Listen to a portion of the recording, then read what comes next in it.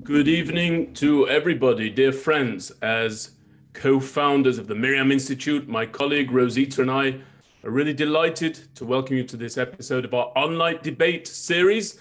And we wish to thank our great and powerful colleague in common, Mr. Alan Langer, for his great work in bringing this to fruition.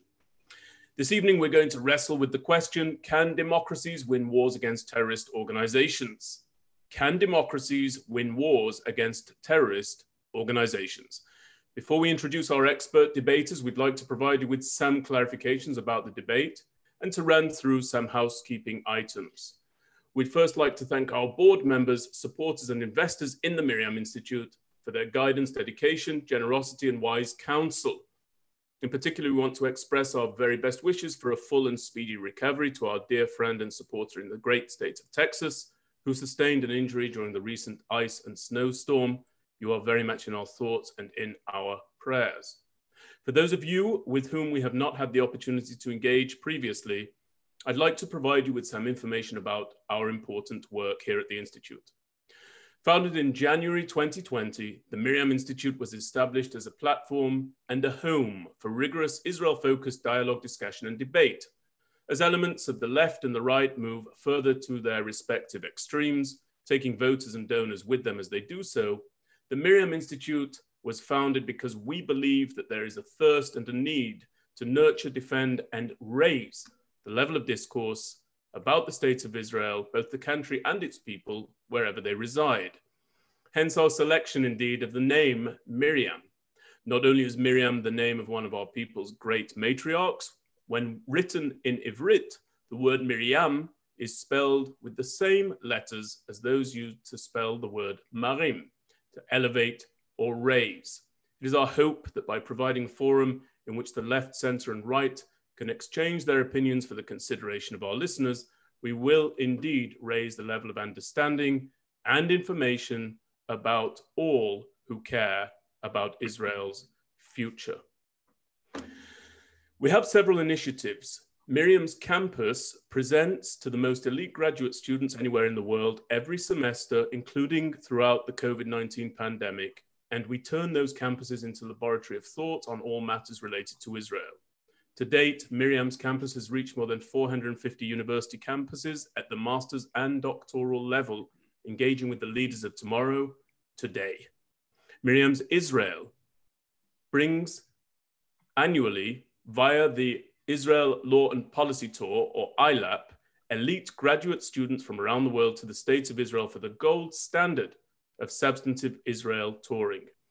ILAP is making a real difference. It impacts upon exceptional students who have a demonstrable commitment to public service and who are set to make a real impact on causes greater than any one individual.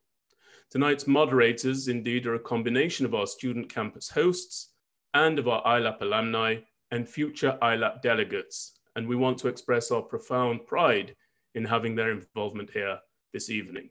Thank you.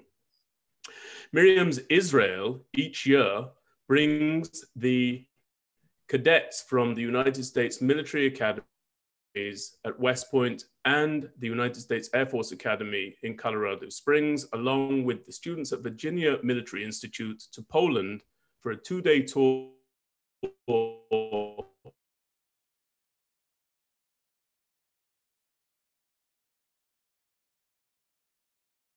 published in outlets including the Washington Post, the New York Daily News, the Washington Examiner, Defense Monthly, The Hill, the Jerusalem Post, the Times of Israel, the Allgemeine, and more. The MirYam Institute ensures, ladies and gentlemen, that wherever you are politically, you can engage with Israel through the MirYam Institute. Today, we invite you, please, to make a tax-deductible contribution to the MirYam Institute. Full details of how to do so and how to invest in our vital work are available at www.miryaminstitute.org. And we will place the link for you to make that donation in the chat facility of this debate. Now, turning back to this evening's proceedings. Ladies and gentlemen, each of our experts will make a 7-minute preliminary argument before the floor is opened to our moderator questions. After those questions, each debater will make a 2-minute summary statement.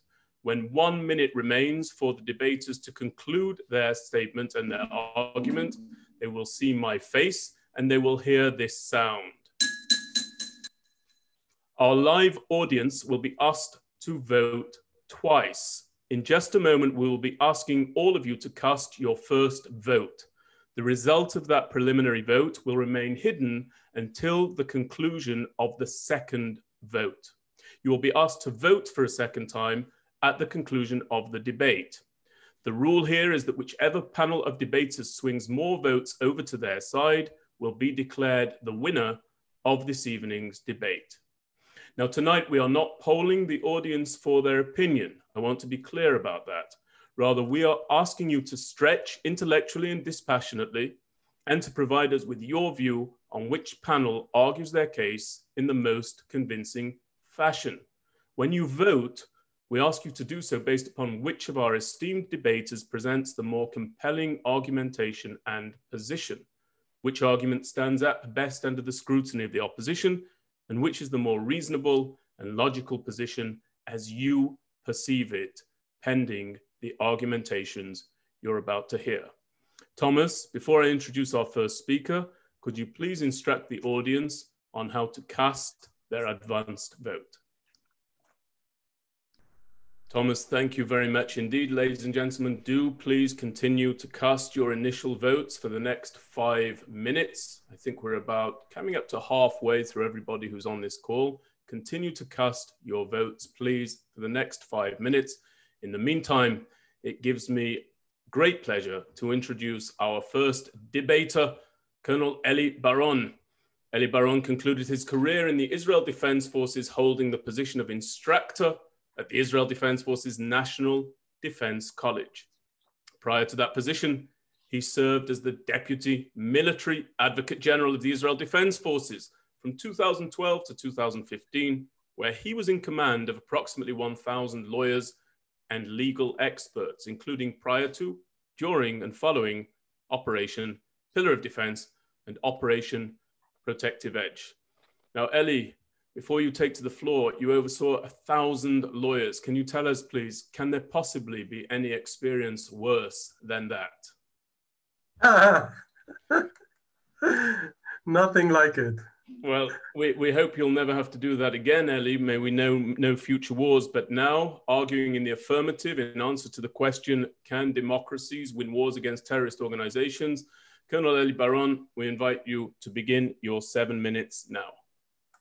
Thank you, Benjamin. It's midnight here in Israel. It's most definitely my favorite time of the day for debating. I want to thank you. I want to thank our audience for joining us. I want to thank Rosita, Alan, and the MirYam Institute for including me in this wonderful event with outstanding co-debaters. I would argue that democracies have won wars in the past and will keep winning wars in the future. Wars against terror organizations are no exception. And yet, it seems there is a real need to hold this debate. Winning wars against terror groups is challenging, period. The Soviet Union has fought Islamic rebels in Afghanistan, and Saudi Arabia has done the same in Yemen. Both these countries are not democracies, and both have shown very little success in their many years of fighting. So it's clear to me that the problem we're dealing with is not unique to democracies as such. In recent years, however, our public seem to be unhappy with what looks like a limited ability of our militaries to prevail over terror organizations. But I wonder if this frustration is justified. Let's review some of the crucial elements for winning such wars through the lens of Operation Defensive Shield that Israel launched in 2002 in order to destroy the infrastructure of the terror organizations who had been flushing the streets of Israel with suicide bombers those days. First, when we send our soldiers to fight, we have to believe that the war is absolutely needed to protect our homeland. In 2002, the public widely supported the operation, and this was crucial for its success. On the other hand, if soldiers fight without the support of the people back home, they will find it very hard to win a war. Then, if we don't know the exact objectives of the war, we will never know if we won it. The 2006 Lebanon War has been seen as a military failure when it ended because, among other things, The goals of the war were not clear, and thus it was also unclear whether they were achieved. On the other hand, the goals of the operation in 2002 were clear, both to the IDF and to the public, and it was easy to appreciate the success in achieving them. Also, military operations against terror organizations are challenging because these organizations are often decentralized and operate in small clandestine groups, and finding their weaknesses and centers of gravity is very hard. Julius Caesar is known to have said, "Veni, vidi, vici," I came, I saw, I conquered. And people want our militaries to do just that, rather than engage in endless wars. But reality is that defeating terror groups is a long-term effort and requires a lot of strategic patience and adaptation. Refusing to accept that will make winning the war impossible. On Operation Defensive Shield, both the IDF and the public have shown they are willing to endure a prolonged campaign in which the IDF had to adapt to circumstances it never encountered before. That was key to the operation's success. Lastly, armies of democracies have to fight with all the power they possess, but at the same time follow the laws of war, even when their enemies disregard these rules. We often hear the claim that wars can't be won in such an unfair imbalance. I strongly oppose this claim. Following the criteria set by international law is our strength, not a weakness. We all remember the horrors of World War II, in which civilians were targeted directly. We don't want to be a part of that. At the same time, we should also fight against efforts by various groups to distort the interpretation of the laws of war in a way that makes it almost impossible for law-abiding armies to win the war. That was never the intention of the intent of these laws. On the contrary, these laws were drafted in order to allow the military to win the war while mitigating civilian harm. The distortion of the concept of proportionality is especially egregious. Proportionality requires that collateral damage will not be excessive comparing to military gain. Terror groups choose to fight from within civilian surroundings. To win in such a setting will sometimes require using immense military power. As long as this power is needed to achieve significant military gains, proportional attacks may tragically cause significant civilian casualties. This will not be a violation of international law.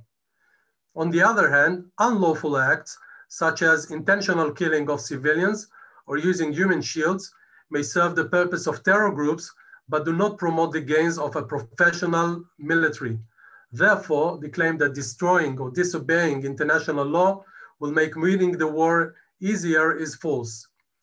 Here too, part of the 2002 operation's success was that the IDF has used immense military power to crush the terror groups while strictly obeying international law. During the fighting, our Supreme Court has heard dozens of cases regarding every legal aspect of the fighting. Operation Defensive Shield is one of the most successful military operations of our time and serves as a proof that democracies can defeat terror organizations.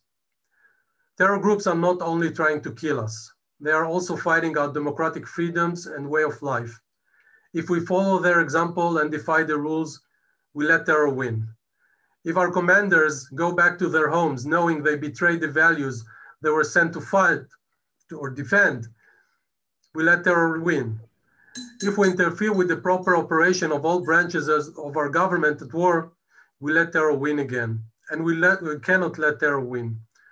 The former Chief Justice of Israel's Supreme Court once wrote, "Although democracy must often fight with one hand tied behind its back, it nonetheless has the upper hand." We should all subscribe to this if we want to ensure that we win our wars against terror while remaining faithful to our values. Thank you. Thank you very much, Colonel Baron. That was masterfully timed. I hope that everybody will be as disciplined as you have just been. You've certainly set the bar very, very high indeed. But we've got the right individual to follow you, arguing in the negative to the question, can democracies win wars against terrorist organizations? We have the privilege now of introducing Professor Michel Paradis. Professor Paradis is a leading human rights lawyer and national security law scholar. He has won high-profile cases around the globe, including some of the landmark cases to arise out of Guantanamo Bay for the US Department of Defense Military Commission Defense Organization. He is a lecturer at Columbia Law School, where he teaches courses on national security law, international law, and the Constitution, and he is a fellow at the Center on National Security.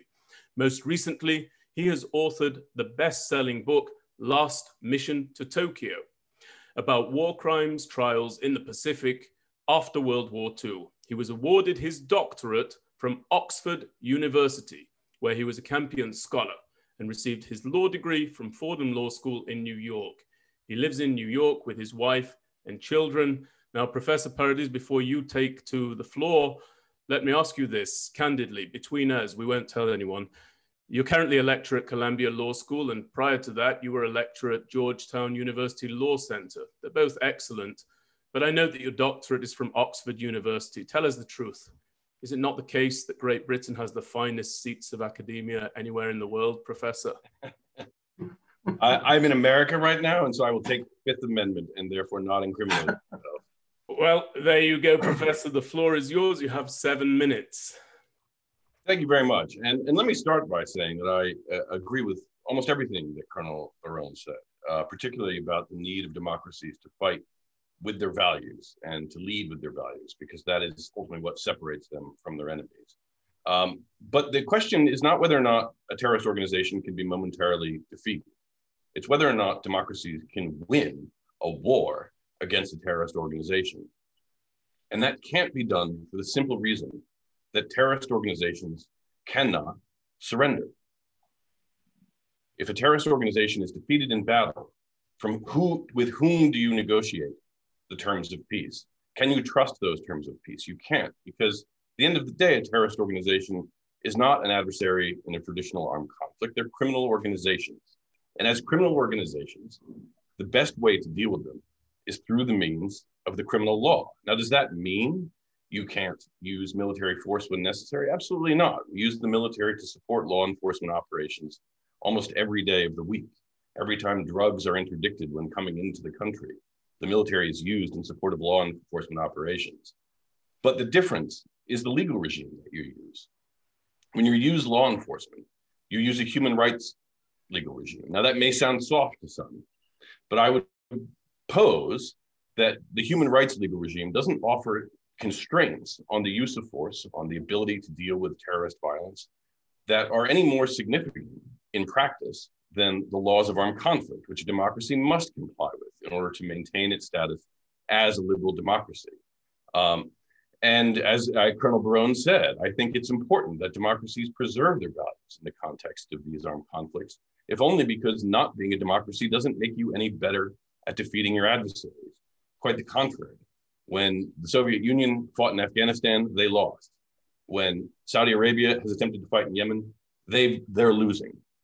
And so being a democracy, being a totalitarian state, being a monarchy, doesn't make you any less or more equipped to win against a terrorist organization, because you cannot win a war against an adversary with whom you are unwilling or unable to negotiate.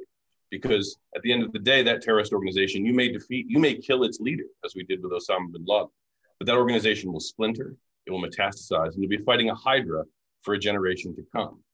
Now, the second reason you can't win a war against a terrorist organization, and you shouldn't even try, Colonel Barone cited the eminent Israeli jurist Aaron Barak. I would cite the great American philosopher Mark Twain, and that is, you shouldn't wrestle with a pig, because in the process, you're going to get dirty and the pig's going to like it. And when you wrestle with a pig, when you go to war with a terrorist organization, you're giving that terrorist organization precisely what it wants.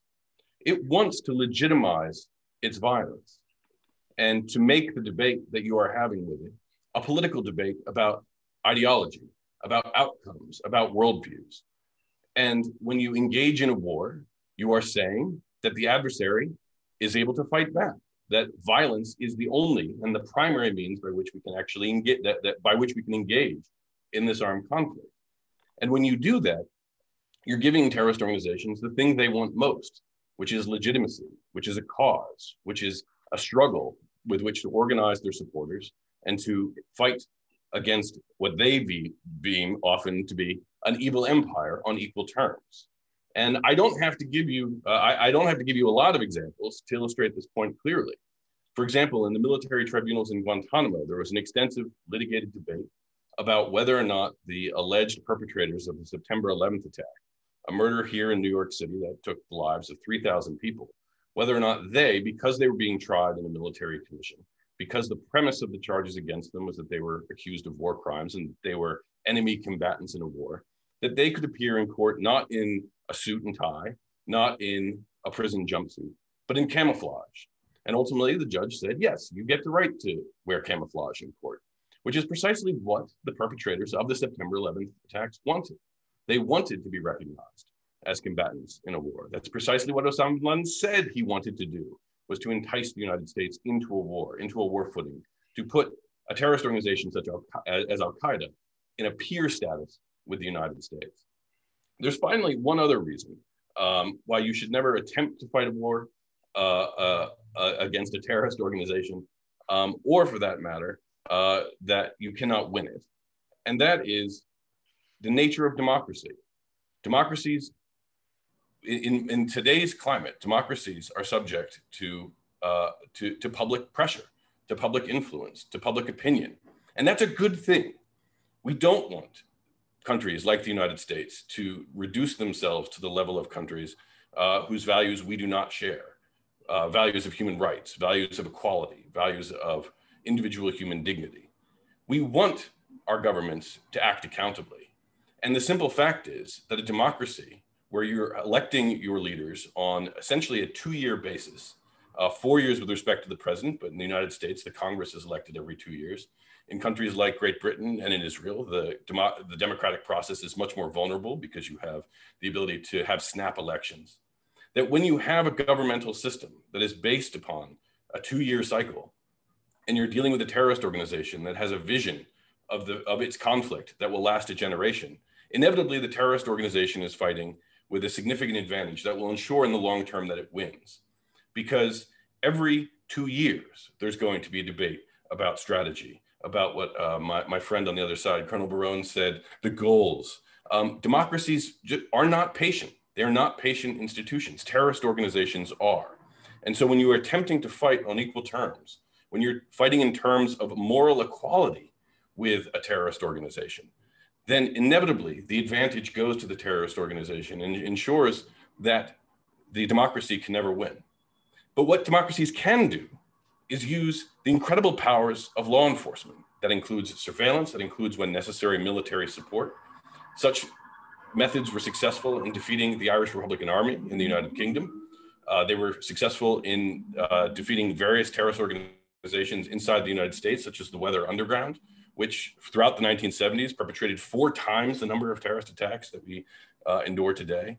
And it's through the use of law enforcement tools, it's through the use of the human rights paradigm that we can uphold not only our values, but that we can also win in defeating terrorist organizations who are at the end of the day simply criminal organizations with a political ideology. Thank you very much, Professor Paradis. We very much appreciate your argumentation. And I'm now going to move on to, again, arguing in the affirmative for the question, can democracies win wars against terrorist organizations? Professor Alan Dershowitz. But before I read just some of the highlights and achievements from his career, I want to steer everyone towards his podcast called The Dersh Show, which I assume everybody can download wherever they download a podcast. I myself watch it regularly on YouTube, incidentally. And I would encourage all of you to familiarize yourselves with that show, where he really does tackle hot button issues of the day, pertinent to us all. Also, please be sure to read his new book, Guilt by Accusation, The Challenge of Proving Innocence in the Age of Me Too. That book is not only available in English, but it will soon be published in Hebrew as well. Please also read Defending Israel, the story of my relationship with my most challenging client. This book describes Professor Dershowitz's encounters with Israel's prime ministers, America's presidents, and Israel's critics over half a century. You all know him. He is the Felix Frankfurter Professor of Law at Harvard Law School. Dershowitz is a graduate of Brooklyn College and Yale Law School. He joined the Harvard Law School faculty at the age of 25 after clerking for Judge David Bezalon and Justice Arthur Goldberg. Now, before I ask you to take the floor, Professor Dershowitz, This debate is all about the ability of democracies to win wars against terrorist organizations. Now, on the topic of democracies, I'd like you to tell our audience about that incredible conversation you've recounted at least once to me that you had with President Bill Clinton about how he described the troublesome nature of Israel as a democratic state in the context of peacemaking. Tell us about that, if you would. Well, he said to me, Israel's big problem is that it's a democracy, damn it. He said, a democracy, damn it. He said, when I want the Jordanians to do something, it's very easy. I call up the king and he does it. When I want Egypt to do something, I call up the president, he does it. When I call the prime minister of Israel, he says, let me check with my big cabinet, with my security cabinet. Let me do some polls. Let's see what the people think. Let me read Haaretz. Let me call this organization. He says, you can't get Israel to do anything because it's a democracy, damn it. And that was before we had elections every 3 or 4 months. There you go. It's high on democracy, as we heard in one of our recent podcasts. Well, Professor Dershowitz, we're very pleased to have you. We're honored to have you, and we're delighted to ask you to make your argumentation. Your 7 minutes begins right now. It's a great honor for me to be among such a distinguished panel. When I look around at the panel, I think this is the greatest collection of wisdom about the law of war and terrorism since Clausewitz sat alone in his study. It's really an honor to be here. I think it's important that we focus on the words of the debate to begin with. The words are not will democracy win wars, it's can democracy win wars. And wars, we have to understand when we talk about wars, we don't exclude law enforcement. We don't exclude other aspects. We talk about wars as something that is a combination of factors. Again, to quote Clausewitz, war is a continuation of politics by other means. And so I do think that democracies can win. Whether they can win by wars alone, I mean, that's a debatable question. I have a book called Why Terrorism Works, and I have a chapter in the book on how democracies could win, but it means really violating many of the principles, violating Aaron Barak's notion of one hand tied behind their backs. But the thesis of my book and the thesis of my presentation today is that the reason terrorism continues and the reason terrorism works is that it is rewarded, not punished. Terrorism works. Terrorism is rewarded. Terrorism is accepted. Virtually every country in the world and every international institution says they reject terrorism and they don't reward terrorism. But when there's a conflict between their own national interests and the international interests in deterring and preventing terrorism, virtually every country gives in to terrorists. Great Britain freed terrorists. France freed terrorists. Germany freed the horrible terrorists at the Olympics. Italy has freed terrorists. And the United Nations has equated terrorist gangs and terrorist countries with democracies. Just last week, the International Criminal Court encouraged terrorism by equating Hamas, which is a terrorist organization, with Israel, saying it would open up an investigation equally as to both Israel, which obviously under principles of complementarity clearly have a system to deal with any abuses in wartime, whereas Hamas doesn't even pretend to have a system. But when we continue to reward terrorism, obviously we will lose. We will continue to lose. Look, terrorists are willing to die. Terrorists are willing to be killed. Terrorists are willing to suffer. Terrorists are even sometimes willing to have their families suffer. We see that in Israel, terrorists continue to terrorize, even though they know their family homes will be destroyed. Sure, the Palestinians have a pay-for-slay policy helping rebuild them, but terrorists will do anything, sacrifice anything with one exception. Terrorists will never sacrifice their cause. And if we establish an international commitment, a universal international commitment, that every time there's a terrorist act, every time, no exceptions, that terrorist cause will be set back, will lose. If we can persuade terrorists that their actions are going to be counterproductive, they will stop engaging in terrorism. Can we do that? Of course we can do it. Will we do it? Well, countries don't have morality, they have self-interest. And when countries say, look, we'll compromise, we'll negotiate with terrorism, we'll exchange terrorists for help, for a guarantee they won't attack us, which is what France did and what Italy did, and implicitly what other countries have done, we're going to continue to lose. So yes, I think we can win.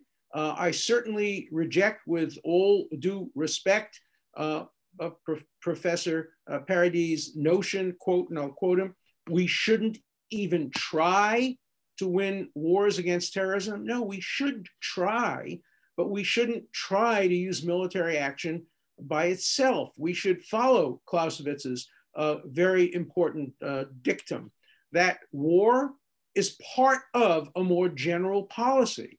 We should use warfare to attack, to weaken, to, yes, target for assassination leaders who are planning terrorist attacks. We should do what we can on the military field to set them back, and see that as part and parcel of a larger attack, a diplomatic attack, an economic attack, but most important of all, a moral commitment, a universal moral commitment by every country in the world, and by the United Nations, and by the International Criminal Court, and by the International Court of Justice, that they will never reward terrorism, and they will always punish terrorism, always set terrorism back. If we could get that message across, we will win. We will not win because we will defeat them alone on the battlefield. We will win because they will surrender. They will seek other means that will further their objective, and they will abandon means that will set back their objective. So the goal is, every time there's a terrorist attack, it must set back the cause of the terrorism. And when you get the United Nations and the International Criminal Court declaring Palestine to be a state without borders, a state without elections, a state without central authority, but when they declare them to be a state, what they do is they say, terrorism worked, it succeeded. It really, really pays to be a terrorist. You will win if you engage in terrorism. The message has to be, you will lose when you engage in terrorism. We can do it if we have the will to do it. Will we do it? I'm not optimistic about that. But you know, in Israel, they say a pessimist is somebody who says things are so terrible they can't get worse. An optimist says, yes, they can. I think they can both get worse and they can get better if we're determined to make terrorism lose. Thank you so very much, Professor Dershowitz. That was, again, beautifully timed and well landed. And I'm very, very pleased to introduce our final debater, Colonel Richard Kemp. Colonel Richard Kemp, retired, has spent most of his life fighting terrorism and insurgency, commanding British troops on the front line of some of the world's toughest hotspots, including Afghanistan, Iraq, the Balkans, and Northern Ireland. He's now a writer, a prolific journalist, media commentator, and lecturer. And I can speak very, very highly indeed of his book, Attack State Red, which I encourage everybody to go out and purchase. He provides strategic consultancy services on leadership, security, intelligence, counterterrorism, and defense. Richard was sent to Kabul in 2003 to take command of British forces in Afghanistan. He was the commander of British forces in Afghanistan, indeed. He joined the British Army the day after he left high school and spent the next 30 years in some of the world's most notorious trouble spots. In 1993, he was appointed member of the Order of the British Empire by the Queen for intelligence work in Northern Ireland. He took part in the invasion of Iraq in 1991 in a Challenger tank with the Desert Rats, and was decorated for bravery with the United Nations Protection Force in Bosnia in 1994. He was also a member of COBRA, the government's top-level crisis management committee. He chaired the COBRA intelligence group responsible for coordinating the work of the national intelligence agencies, including MI5 and MI6, during the July 2005 London bombings, the Madrid and Bali attacks, and a number of high-profile political kidnappings. He was appointed commander of the Order of the British Empire for his work, and in the words of the Chief of Defense of Intelligence, had a huge influence at the highest level of government. Now, Richard, before I ask you to bring this home with your 7 minutes of argumentation, I want to ask you one question. Who is the greatest Briton with American heritage? Is it Winston Churchill, Richard, or Meghan Markle? Well, Meghan Markle is not, as far as I know, is not a Briton, but she's certainly an American, and she's now set up the rival court in Los Angeles. So I think I would probably put my money on Winston Churchill as being not only the greatest Briton with American heritage, but probably also the greatest Briton that's ever lived. And before I do let you allow me to speak on the subject, I would like to say how honored I am to be present in a MirYam Institute debate. I have huge respect for your institute, and in particular, I've considered it a great privilege to be present tonight with such an incredibly distinguished panel of other people who I cannot disagree with what they've said, or I can't disagree with anything they've said in the past. And I'm slightly surprised to find myself on the opposite side, for example, of Professor Dershowitz in this argument, but thank you anyway. Thank you. And after those effusive thank yous, you have about 12 seconds left, Richard. So make it snappy. But in all seriousness, Richard, we're delighted to have you here. It really is a pleasure. And as your namesake is said to have said in the eponymous Shakespearean play, let's to it pell-mell. Your 7 minutes start right now. Well, thank you. For a democracy to win a war against terrorism, the government must be satisfied that the majority of the electorate support the war. Otherwise, they risk being voted out at the next election. If that is the case, they will wage war with that in mind and won't win. Look at President Obama's decision to withdraw all US troops from Iraq before the 2012 election, which led directly to the rise of ISIS. Today, President Macron is intent on drawing down French forces in Mali by 2022, not because the job will be done then, but because that is an election year. Democratic support for a war can be achieved in 3 ways. First, the electorate understand they personally risk being killed or injured or losing their freedom and livelihood.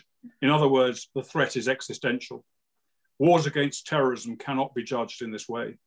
Second, the electorate is educated into supporting a war by information and persuasion. That requires support from the media. The media itself must be open and fair in order for the government's case to be presented.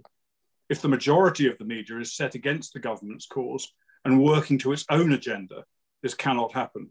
Most media, especially broadcast media, in most democratic countries are biased in a way that are unlikely to support a war that is not existential. We've seen how that constrains military action in any such conflict. For example, Western governments in Iraq and Afghanistan were unable to openly communicate the cause for which they were fighting, repeatedly changing their purpose, wavering between preventing WMD use, defeating terrorists, reconstruction, establishing democracy, promoting human rights, and negotiating a settlement. Third, a common and strong morality and commitment, usually religious or sense of purpose, usually patriotism, that is held by the majority sufficiently strongly for them to believe that war is a justifiable means to the perceived end. This existed in the West until the mid-20th century. Today, all 3 factors I mentioned have been eroded and weakened by moral relativism to the point where now it is very unlikely that any war other than existential war would have majority backing. If democratic support for a war is in fact achieved, despite all that, the government must be certain that support can be maintained until the war is won. 2 main factors have to be considered here. First, the endurance of the population when confronted by casualties among the forces and the high costs involved. Endurance is a product of strength of character, individual toughness and belief. Modern standards are different, for example, from what was common in the Second World War. It's unlikely that a modern democracy will support a non-existential war for very long. Second, the extent and severity of the war needed to win and whether the population will accept it. This depends on the type of terrorist war being fought. Restrained terrorism is limited by social, political, moral, or religious constraints. The IRA, ETA, and Baader-Meinhof, for example, fit this category. As the terrorist is constrained in his actions, so the response can be restrained. Such restrained military action can be more easily justified and sustained. Britain eventually defeated the IRA with limited action, although even some of the tactics used then are unlikely to be used today, with some of the soldiers involved being pursued through the legal system half a century later. It is possible that such a war could still be won, but that is not the main terrorist threat facing democracies today. That threat comes from unrestrained fundamentalist terrorism. The terrorist has total dedication to the cause and no constraints. Such force can only be beaten with even greater force. So a democracy which chooses to fight such a war must be prepared to do whatever it takes to win within the law of war. In recent conflicts, fearful of domestic and international criticism, the US, UK, and their Western allies imposed overly restrictive rules of engagement on their forces, well beyond the requirements of the laws of war. Over-application of the laws of war was combined in Iraq and Afghanistan with overemphasis on winning hearts and minds of the civilian population, even at the expense of allowing terrorists to escape unscathed. The order of the day became courageous restraint, but the populations in those countries had no respect for courageous restraint, only for strength. Osama bin Laden himself said, when people see a strong horse and a weak horse, they prefer the strong horse. Most people believed the most ruthless would prevail, and it would be the worse for them if they were on the other side. Paradoxically, measures intended to gain support from the population, in fact, often have the opposite effect, making it even more difficult for the perceived weak horse to win the war. The US Army counterinsurgency manual says, the more force you use, the less effective it is. In the most successful counterinsurgency campaign in recent years, the opposite approach enabled the Sri Lankan government to defeat the Tamil Tigers. Their strategy switched from a negotiated settlement to the total annihilation of the terrorists. With less concern for civilian casualties or protecting the civilian population, they used military force bluntly and brutally. Sri Lanka's policy was heavily criticized by Western democracies, which withdrew aid on humanitarian grounds. True democracies like Israel are also subject to similar intensive criticism from other democracies and international institutions when they have to resort to concerted military force against terrorists. And this has encumbered their efforts to deal decisively with constant violence from Palestinian terrorists. Having spent most of my life fighting terrorists, I would like to be able to speak on the other side of this debate, but my experience and my observations show me that despite having all the capabilities to defeat terrorist organizations, today Western democracy lack the vital ingredient, the political and moral will to pay the price of victory.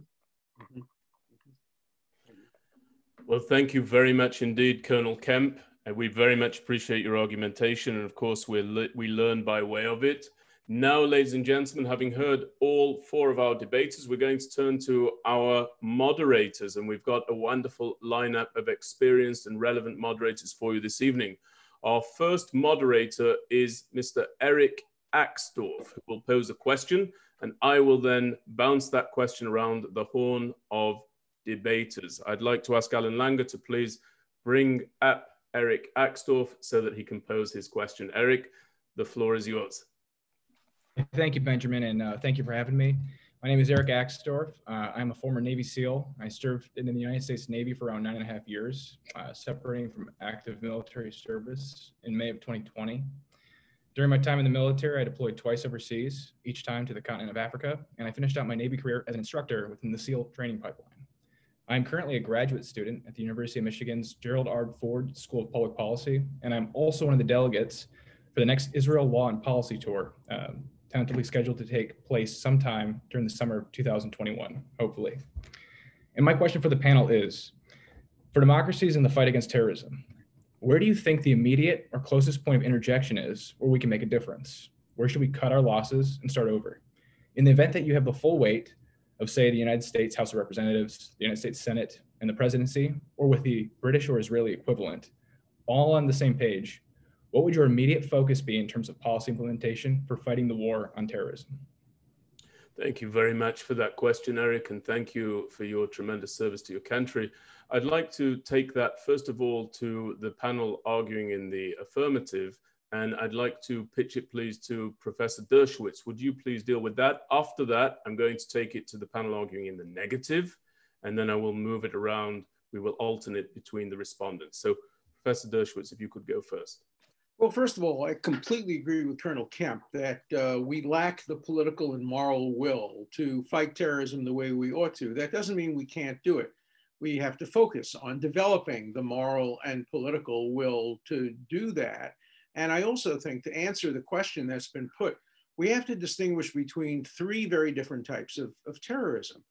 Purely domestic terrorism, Professor Paradis is right, when you have a purely domestic organization like the Weathermen, of course you fight them by law enforcement. But then there are two other forms of terrorism: regional terrorism, that is Hamas and Hezbollah, or some of the other regional terrorists, and they are state-sponsored in many ways, and they have to be fought by a combination of military on the external part of it and law enforcement on the internal part.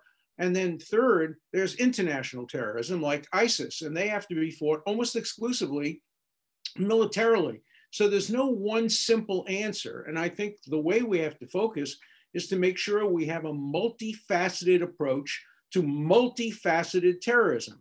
But the one uniting factor must be no terrorist act shall ever be rewarded, and every terrorist act shall always result in a setback for the cause of the terrorism. Thank you very much. Professor Paradis, would you like to take that question? Sure, I'd be happy to.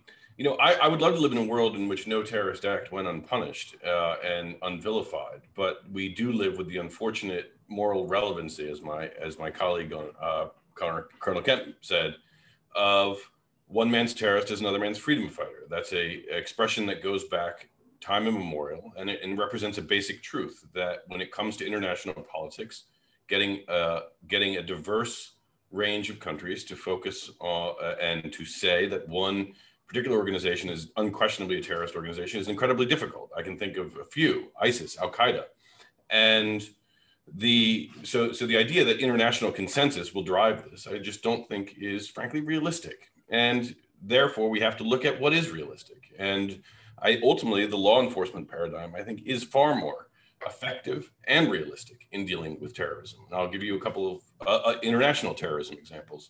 Since September 11th, there have been approximately 700 cases brought in the federal courts involving international terrorism, including material support and any number of extremely broad offenses that allow the Justice Department to pursue individuals who support, seek to join, have participated with or received military training or given funding to terrorist organizations.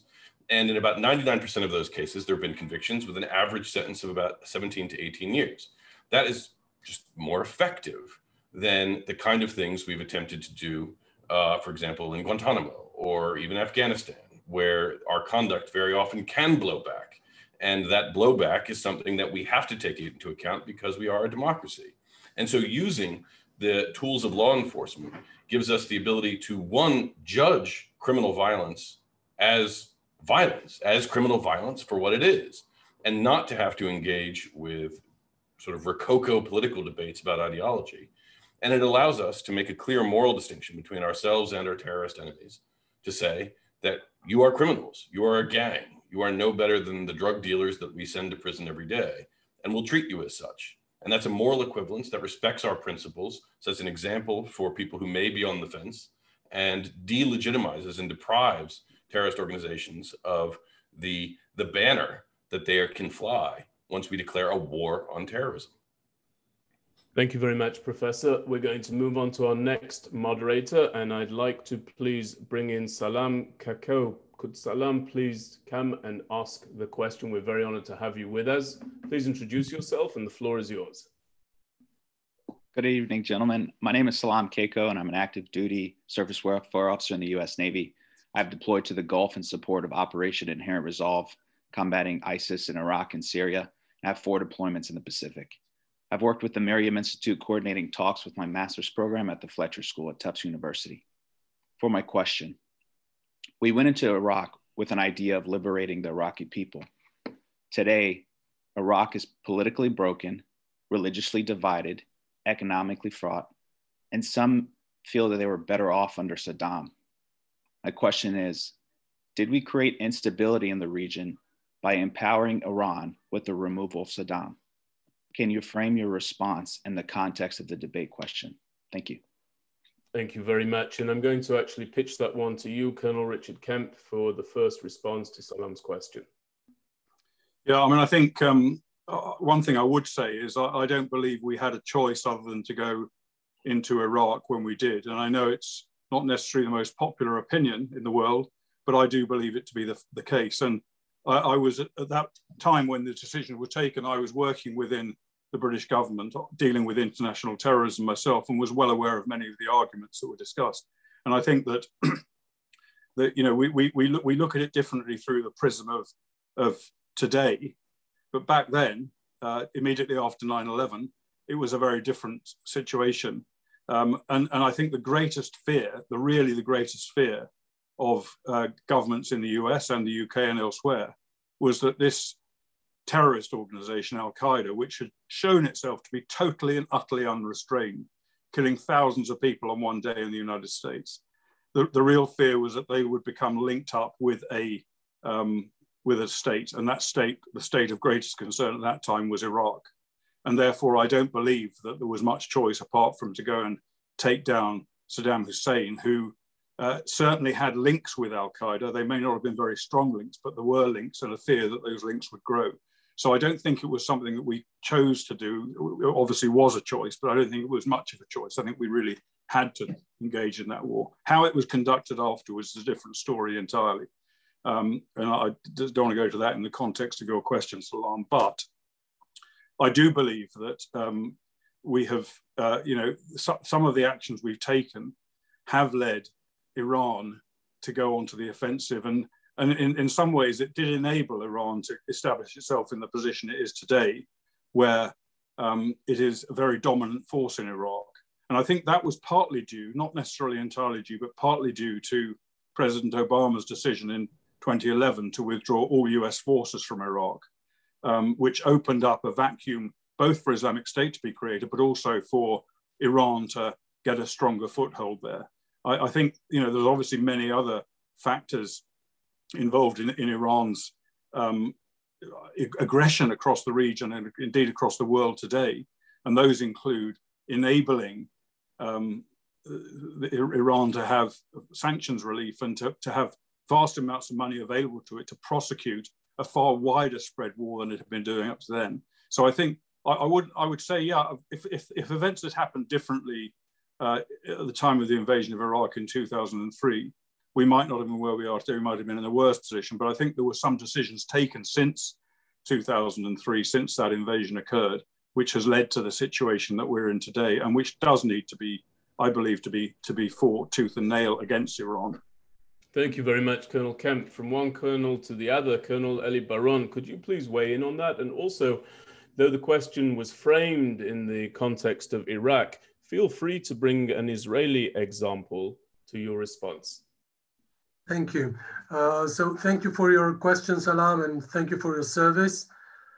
I totally agree with Richard that in a way, your question has the privilege in a way that of a hindsight, okay? And people who started the war in Iraq in 2003 did not necessarily know what will be the prognosis of all the outcomes of the war.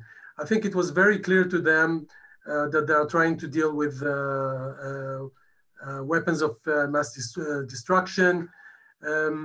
I doubt any Iraqi, except maybe members of former members of the Ba'ath Party, is willing to go back to Saddam Hussein's days. He was most definitely one of the most sinister tyrants the world has ever known. Iraq is much better off without him, that's for sure. But there is an issue of how do you win the peace in these countries, okay? So America most definitely won the war, toppled Saddam, prevailed over his military, but has not won or entirely won the peace. Okay, if we look at what happened at World War II, America has won the peace in Germany and Japan. There was an immense work on nation building. These are two of the most developed democracies in the world today, Germany and Japan, industrial countries, huge powers. So why doesn't it happen why didn't it happen in Iraq or in Afghanistan for that matter? I think the fact that these efforts take such a long time, and as Richard also said before, the public in our countries has no patience for going through such long processes is part of the problem. If we look at what's Benjamin asked for an Israeli example, people were in a way disappointed of the results of the 2014 Gaza campaign. Why? Because some people said enough is enough. Hamas has been launching rockets towards us for 20 years now, and we should put an end to that. We should go inside Gaza, go from one house to another, arrest or kill any Hamas militant we can find, and take over the place until there is no more terrorism emanating from that place. But the question is, can we really sustain such a long effort? This will take years. The price will be heavy, both in terms of casualties and in terms of the funds to pay for this campaign. And most certainly the same public that will support such an effort at the beginning of the campaign will lose patience after 2 months at the most. Thank you. So it's the same problem in a way. Thank you very much, Colonel Baron. We're going to now move to our third moderator, and that is Cade Spivey. Cade, we're delighted to have you with us. Please, if you could pose your question to our debaters. Thank you, Benjamin. Good evening, everyone. And thank you, gentlemen, for taking the time to speak with us gathered here tonight. Special thank you to Rosita, Benjamin, Alan, and the MirYam Institute for organizing and hosting. My name is Cade Spivey. I'm a former naval officer and a 3L at Wake Forest University School of Law. I'm also a graduate of the 2019 ILAP class and an adjunct with the MirYam Institute. We've poked at an issue throughout this debate, and I would like to confront it a little bit more directly. Freedom of speech and belief is a feature of modern democracy. So how can democracies confront terrorist acts without also directly confronting any motivating terrorist ideologies? And to what extent should we be willing to sacrifice some of our liberal principles like freedom of speech in the name of safety and security? Thanks. Thank you very much, Cade. And I'm going to take that, please, first to Professor Paradis, if you can take that on. In the frame of your argument, you're arguing in the negative that indeed democracies cannot win wars against terrorist organizations. Professor Paradis, and I'm going to ask for responses to be limited to 2 minutes, please. Sure, thank you. And excellent question. And thank you very much for it. I would say you should never look at the false equivalence of trading our civil liberties for security. Benjamin Franklin, another great American philosopher up there with Mark Twain, said anyone who trade liberty for security will ultimately find that they have neither. And I do think it's ultimately a false choice. You can fight terrorist organizations and their ideologies with your own ideology, with the better of the arguments. And you can use law enforcement as a way of showing that terrorist violence is fundamentally illegitimate, because it's not terrorist ideologies that we have to be worried about. It's not. It's terrorist violence. There are all sorts of people who believe all sorts of strange things and dangerous things. The spaghetti monster in the sky is going to terrorize all of us. What we have to be worried about is terrorist violence that disrupts our way of life. The most effective way of dealing with that is dealing with the violence, seeking it out at its root, and using whatever means available to us to delegitimize it. And I'll give you an example from the Israeli context. Marwan Barghouti, the leader of the Al-Aqsa Martyrs Brigade during the first Intifada. Did the Israeli government capture him as a prisoner of war? No, it didn't. It arrested him, put him on trial, and it put first and foremost in that trial the suffering of his victims. It didn't give him that trial as an opportunity for grandstanding and to argue a political platform. It said, you claim to be a prisoner of war. Well, if you're claiming the rights and laws of war in your favor, you have violated those laws of war by attacking civilians, most basic premise of the law of war. And it used the ordinary criminal justice system in Israel to prosecute him, to sentence him as a murderer, where he is now serving out that sentence in an Israeli prison as a murderer. Thank you very much indeed. Professor Dershowitz, this is a very important question. This quandary of balancing democratic principles or principles of democratic states with the war against terror, can you pass that out? And indeed, can it be struck in a way, as you're arguing in the affirmative, that would enable democratic states to win wars against terrorist organizations?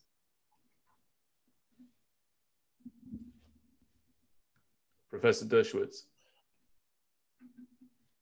Well, with all due respect, I have devoted my life to civil liberties and free speech, but I fundamentally disagree with the notion that there is no trade-off between civil liberties and security. Benjamin Franklin was wrong. I think Aaron Barak may have overstated it, and I think Professor Paradis overstates it. We do give up a little bit of liberty in the interests of security. We, however, often disguise it.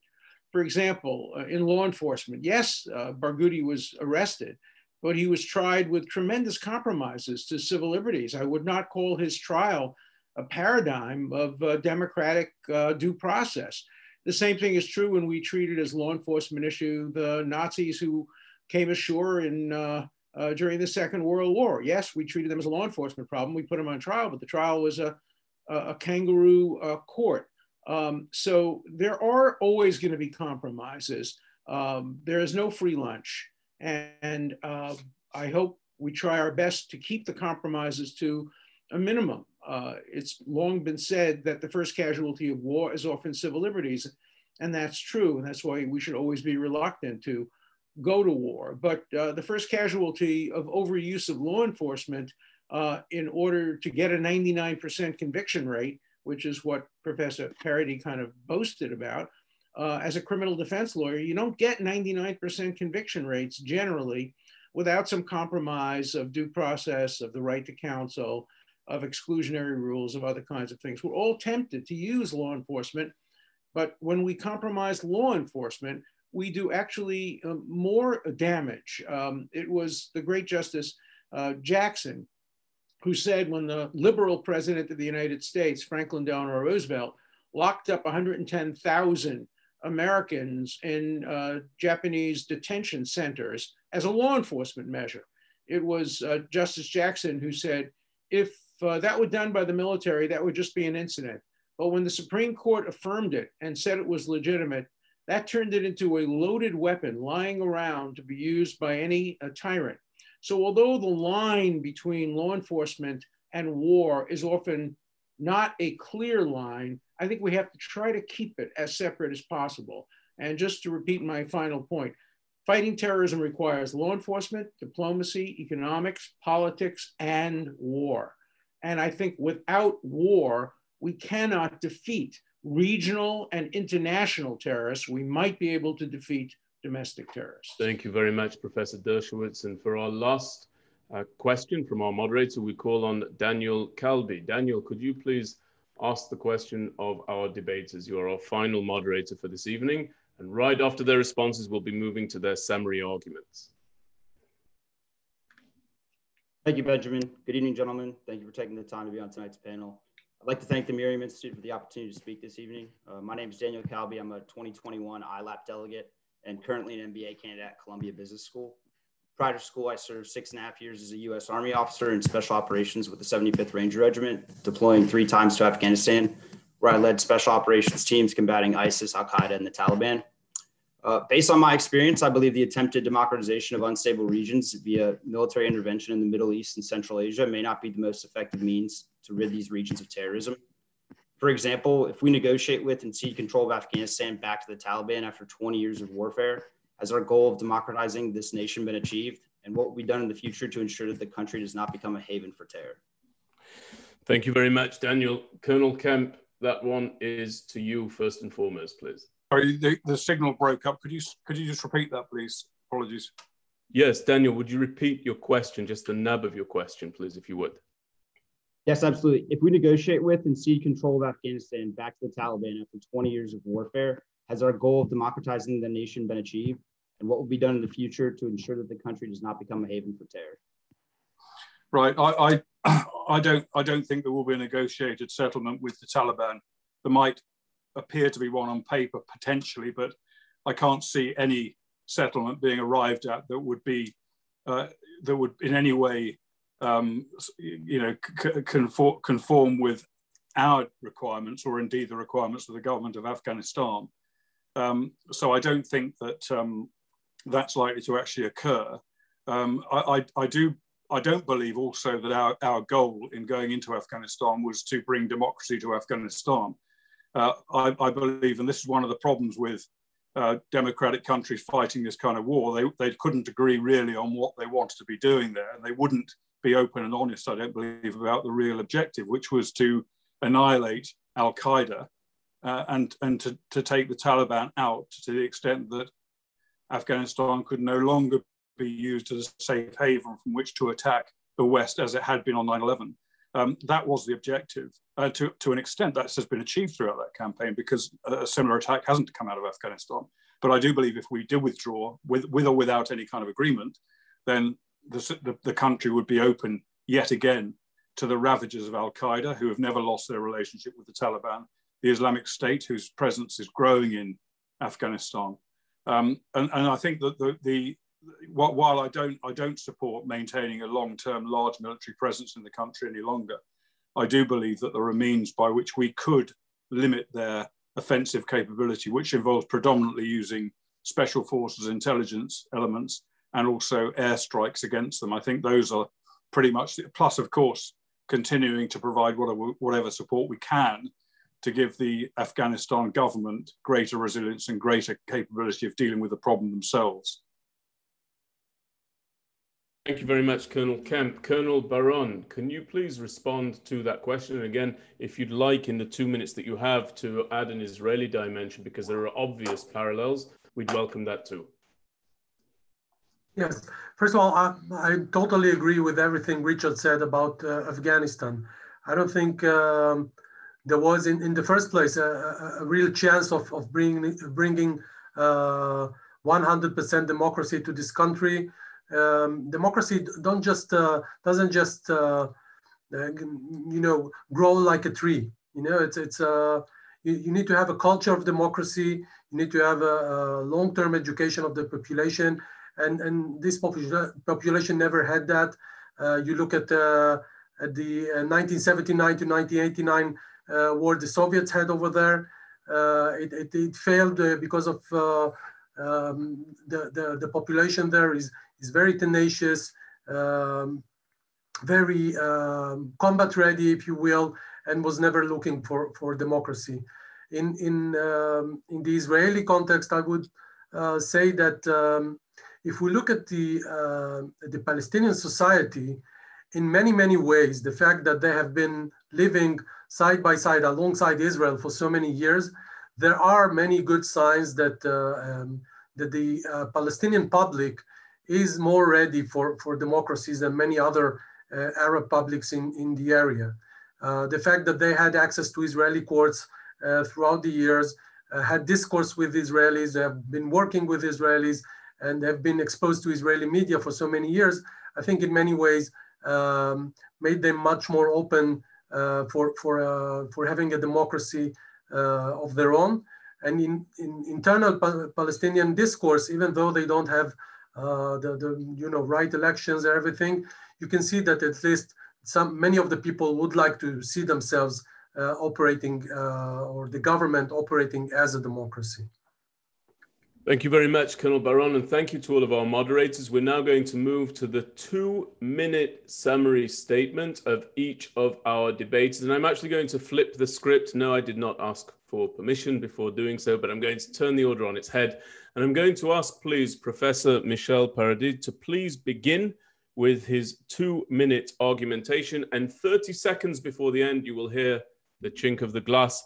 Michel Paradis, please, your summary statement begins now. So let me actually start where everyone else began, and just to thank you and to thank the MirYam Institute and everyone involved, including my co-panelists, for what I hope was for me an incredibly interesting and exciting discussion, and I hope was for everyone who's participated and watched. It's really been a pleasure. And I would return to the question presented. Can democracies win wars against terrorist organizations? And I think the answer has to be no. And the answer is not no because the answer is no, not because I want it to be no. It would be lovely if democracies could win wars against terrorist organizations. But the simple fact is that they can't. The restraints that democracies, that give democracies strength, such as public accountability, make it impossible to pursue wars of annihilation as Genghis Khan might have done 1,000 years ago. The nature of terrorist organizations means that you have no one with whom you can negotiate, and therefore no one who can surrender, and therefore no way of knowing whether or not you've been victorious. Because if you defeat one terrorist organization, inevitably they're going to splinter off and become another terrorist organization. And so you're leading yourself to an era of perpetual war, which I would say we've been in for the past 20 years. And lastly, on the civil liberties point, because I think this is crucial to the question of democracies. It's a question of what kind of society we want to live in. And is that when we embrace the war paradigm, we are not only giving the terrorist organization precisely what it wants, we are compromising our values in a broad-based way. We're creating the pretext by which to sacrifice civil liberties. Civil liberties are the most vulnerable in wartime. It was the army that interned the Japanese during World War II. It was the army that prosecuted the German saboteurs in a summary military commission in 1942. And that's not to say that the military can't do and has done many, many wonderful things.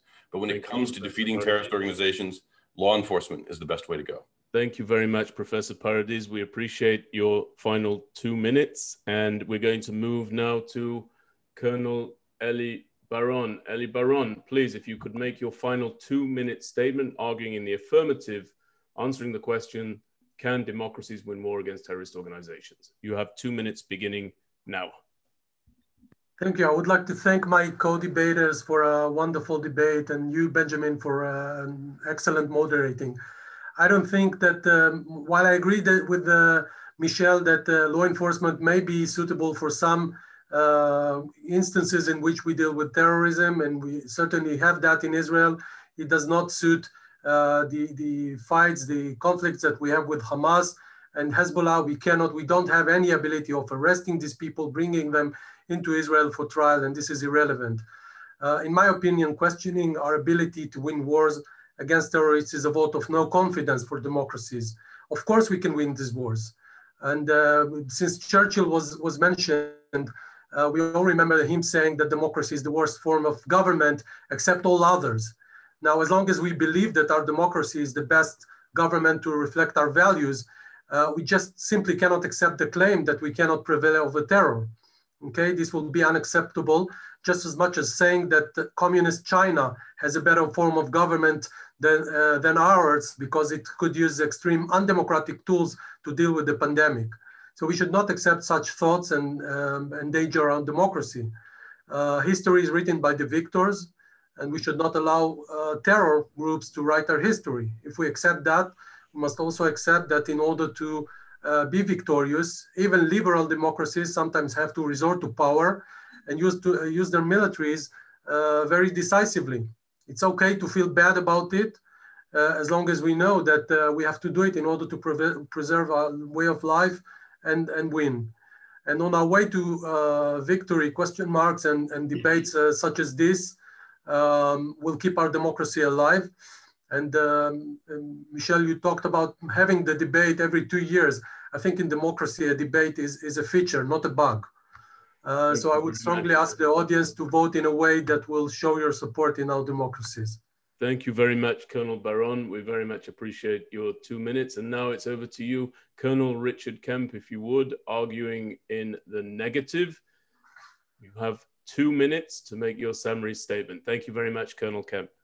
Thank you very much. And I would like to thank, in particular, my two opponents in this argument, because I believe, and I hope that the voters will note, that they actually made our case for us. I think their arguments confirm that democracies cannot win wars against terrorist organizations. And Professor Dershowitz's central kind of recommendation in his argument was a very laudable one that international democracies and non-democracies should combine to make it impossible for terrorists to win, to not reward them, to do everything possible to frustrate them. But of course, that is not a possibility. It has not happened ever in any era of conflict. It's not going to happen in the future. And I think that underlines one of the reasons why we can't actually win wars against terrorist organizations. So I thank Professor Dershowitz for making that point for us. And Colonel Baron made the suggestion that Israel has won the war against terrorism in Israel. It hasn't won it, unfortunately. I wish I could agree with you that it has. Israel has won some very, very impressive campaigns against terrorist organizations, but not the war. The war continues. I first met Benjamin Antony, or didn't first meet him, but I met Benjamin Antony on one occasion when he was going back into Gaza to mow the lawn there on the nth occasion, and it still happens. And Colonel Baron explained to us why Israel can't win, and that is because the defeat is going into defeat Hamas, for example, in Gaza is far too costly in terms of resources, funding, and democratic endurance of the Israeli people. So I think, again, I'm grateful to Colonel Baron for making that point for us. And I think I'll just leave you with a question. If democracies can win wars against terrorist organizations, why haven't they yet done so? Thank you so very much, Colonel Richard Kemp, for that statement. And now our final debater with the final summary statement. Before we cast the vote, please, ladies and gentlemen, be ready to cast the vote. That's an important feature of this discussion. I'm delighted to bring back to the proverbial podium Professor Alan Dershowitz. You have 2 minutes, Professor. Well, I think an appropriate ending is to ask what we agree about, what we disagree about. I think there's a lot of agreement that a war alone will not defeat terrorism, that it needs to be combined with law enforcement activities, with diplomacy, with economic, and with many other kinds of consideration. Clausewitz said that many, many years ago. My fundamental disagreement, though, is with my fellow professor, Paradis. He thinks that law enforcement alone, and he said that, law enforcement alone can defeat terrorism. No, it can't. Maybe it can defeat the weathermen. Maybe it can defeat small, local, domestic terrorist organizations. But to defeat regional and international television, you need to work together and use warfare as well as other kinds of pressures.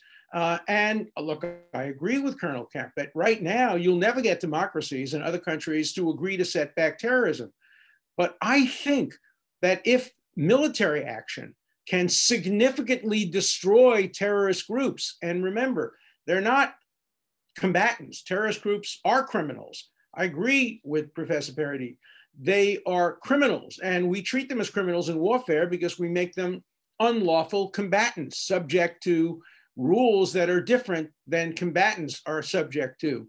But my point is that if we combine tough, aggressive military action, war, declare war on terrorist groups, military war, target their leaders for assassination, make sure that they suffer consequences on the battlefield, that will help encourage other countries not to reward terrorism. So I think a means toward achieving my goal of never rewarding terrorism and always setting back terrorism is a strong military reaction to terrorism. So yes, democracies can defeat terrorist organizations militarily as long as they do it intelligently and in combination with other forms of pressure. Thank you so very much, Professor Dershowitz. I appreciate your summary statement. And ladies and gentlemen, this is where you come into this debate and you can have your voices heard somewhat by casting your vote. We're now going to move to the second vote.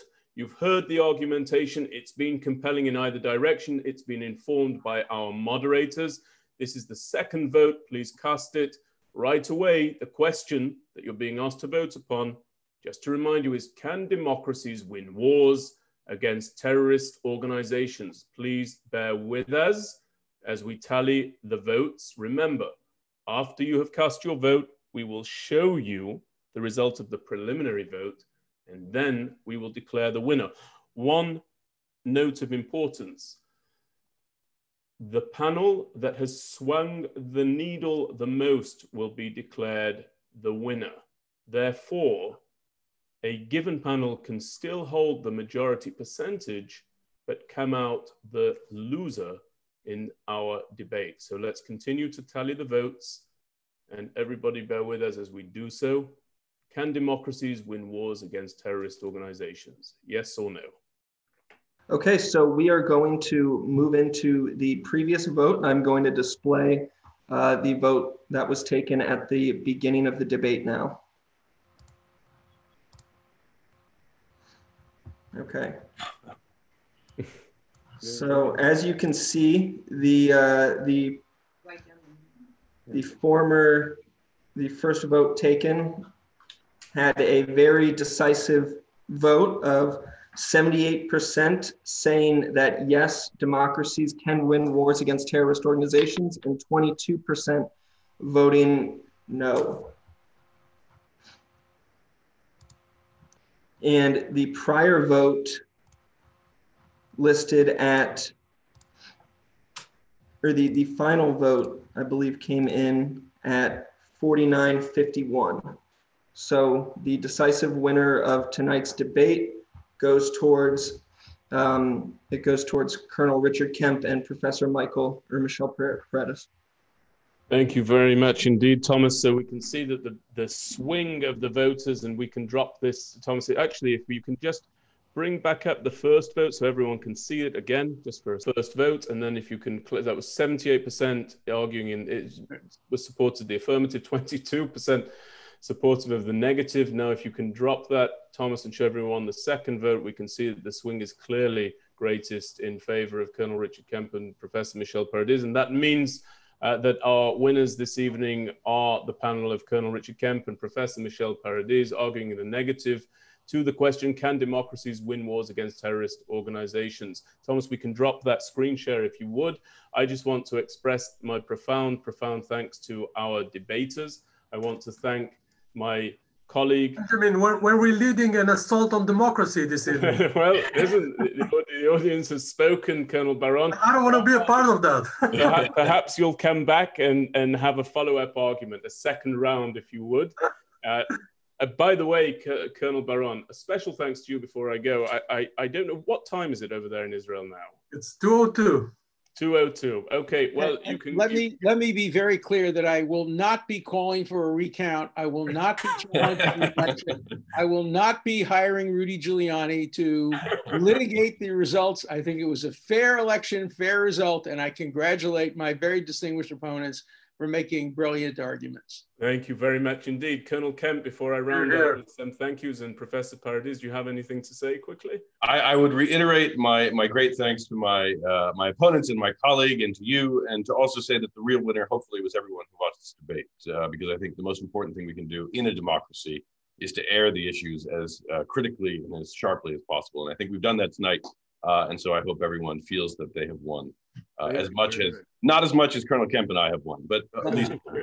and Colonel Kemp, last Thank words. you again. It's been a real pleasure, and I've particularly enjoyed debating with both my team partner and also my opponent. Thank you very much, gentlemen. It's been a real privilege. I just want to say thank you, first and foremost, as ever I do, to my colleague and co-founder, Rosita Panini. Rosita, this would not be possible without you. Thank you so very much for your assistance. To our colleague in common, Mr. Alan Langer. Alan, we greatly appreciate all that you do to bring these about. To our moderators, to our debaters rather, Professor Alan Dershowitz, Professor Michel Paradis, Colonel Richard Kemp, and Colonel Eli Baron. I can tell you I am personally enriched by way of the education and the wisdom and the experience that you imparted unto me and to our audience this evening. And I thank you for making your argumentation in such a compelling fashion. And I want to also thank our moderators, each and every one of you, Salam, Eric, Cade, and Daniel. Thank you so very much for being with us. And thank you for for your tremendous service to your countries, from one veteran to veterans entire. I greatly appreciate it. Finally, I want to thank our audience. Thank you so very much for being so active. Thank you for listening so attentively. Thank you for showing the willingness to not only come with an opinion to a debate, but actually to reconsider that opinion and to have your opinion perhaps changed, or at least to cast a vote in acknowledgement of whomever you believe is the most compelling debater or debating panel. It's a rare quality, and we celebrate it here at the MirYam Institute. Final 2 points. Number one, none of this could take place without the support of people like you. You will be receiving an email following this debate.